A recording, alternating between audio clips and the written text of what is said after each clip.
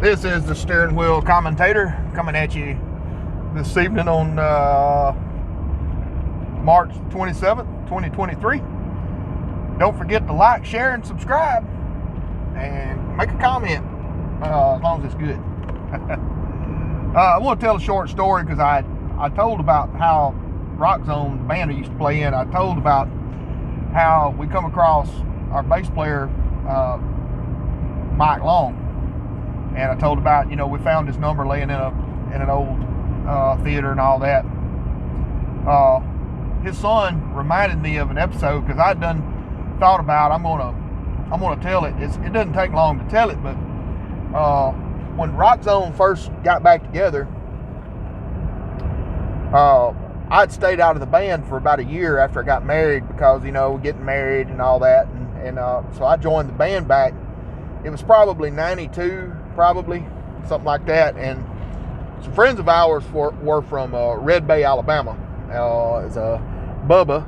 I can't remember Bubba's last name though, but it was Bubba and Lloyd Swindle and Dennis Collins. And anyway, Bubba's mom and daddy lives on that road that goes across from Red Bay to Highway 25 north. Well, Highway 25, outside of Belmont. Anyway, I think about this every time I go through there. Me and my daddy goes through there, I don't know, every little while. And I think about it because Rock Zone agreed to play a party for Bubba up there at his mom and daddy's house. And we were actually just playing in the yard. We were out in the yard playing, and we hadn't done a lot of shows at that point. We were just getting started again, good. And like Dale has this long wheelbase Chevrolet truck, old model, it's like a 70 model, and he hauled his stuff up there in it. And of course, we kind of hauled separately. At that point, we didn't have a van. A little later on, Dale bought a Ford van. I think he bought it from Bob. I forgot Bob's last name. Somebody leave it in the comments. Dale, you or Sherry? Holman. No, not Holman. Bob from Fulton. Gilliland. Bob Gilliland. I think Dale bought that van from Bob Gilliland for some reason. But anyway, before we ever got the van to haul stuff in, we hauled in different things. And anyway, we were out there getting ready to set up, I guess it was. I think it was before we ever played. It may have been after we got through when we were putting up. But anyway, we were standing out there in the yard, and Mike's bass, his Gretsch, was in the case, and it was laying over there in the yard.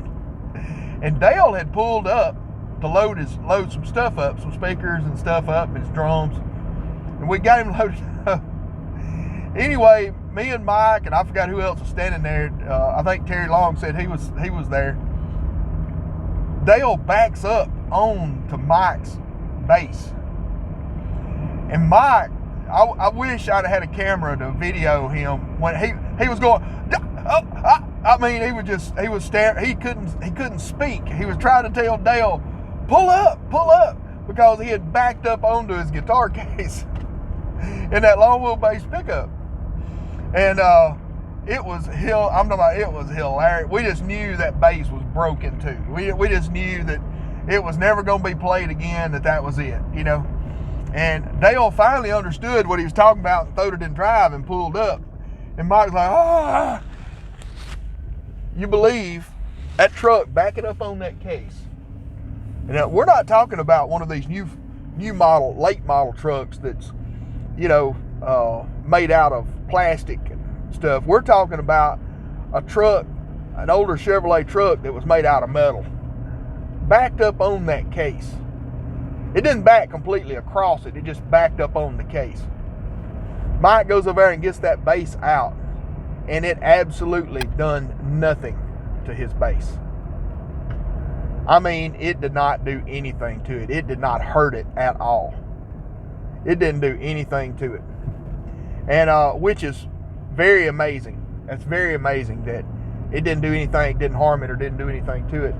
But that, that kind of tells you about craftsmanship from years ago.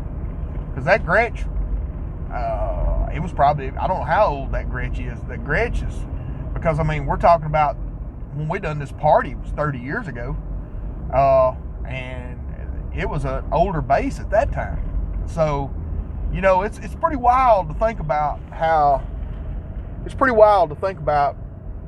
that truck backed up on that bass and then pulled off, and it didn't even destroy the case.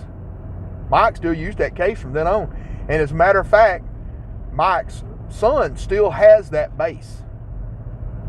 We're going to have to get him to come over and get it out and jam with us sometime and hear that Gretsch one more time.